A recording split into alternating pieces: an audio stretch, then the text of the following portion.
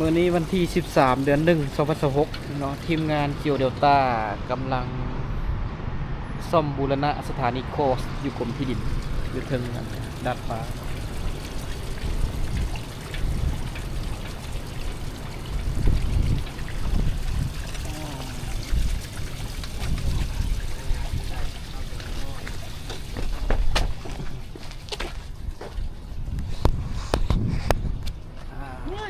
ยั่งตัวเดียวก็ว่าได้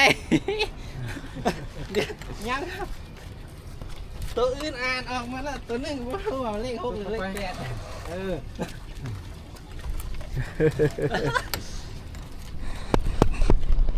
เอา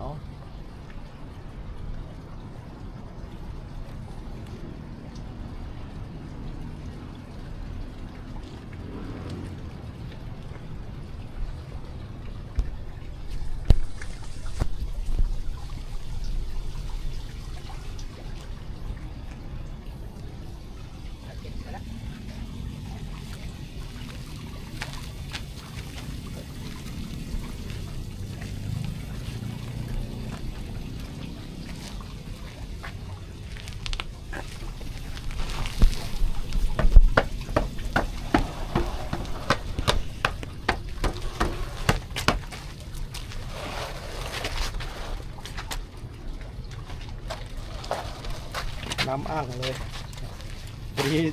พอดีพื้นเนี่ยเป็นสีขาวเลย